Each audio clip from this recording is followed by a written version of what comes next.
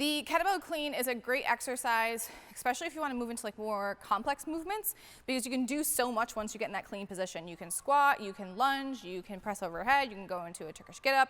So getting to that position is really helpful.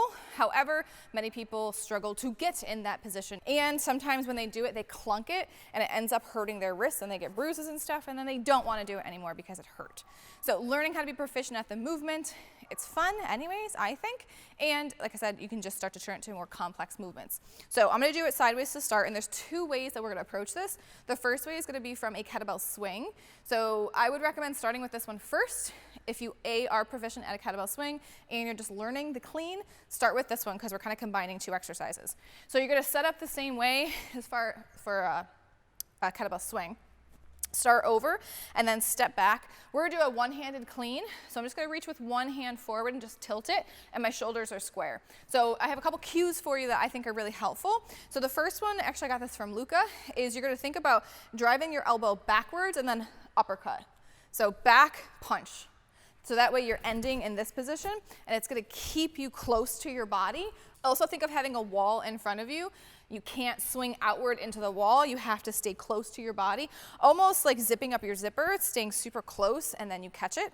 And if you've done a kettlebell squat, it's going to be in that front rack position. So the thumb's going to be right at the sternum, elbow's going to be flared out a little bit, and I am catching the kettlebell right on the meat of my arm.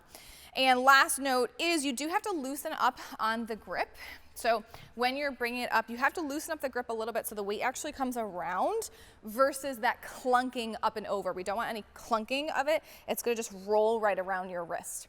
So starting over, you're going to start over the kettlebell. We're going to step back.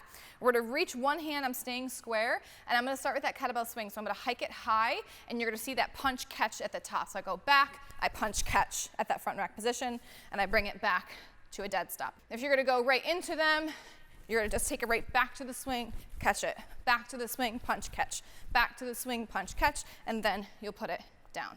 That way it's not clunking. I'll do a couple facing you as well, just so you can see.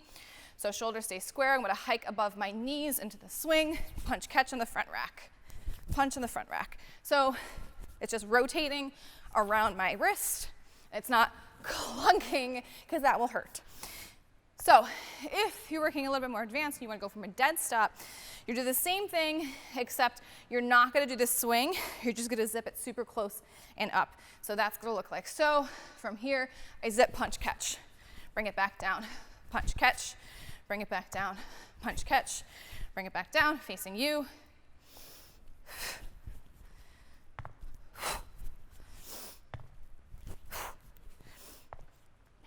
So use those tips, be proficient, and you can do a ton of other stuff from there. So let me know if that helped.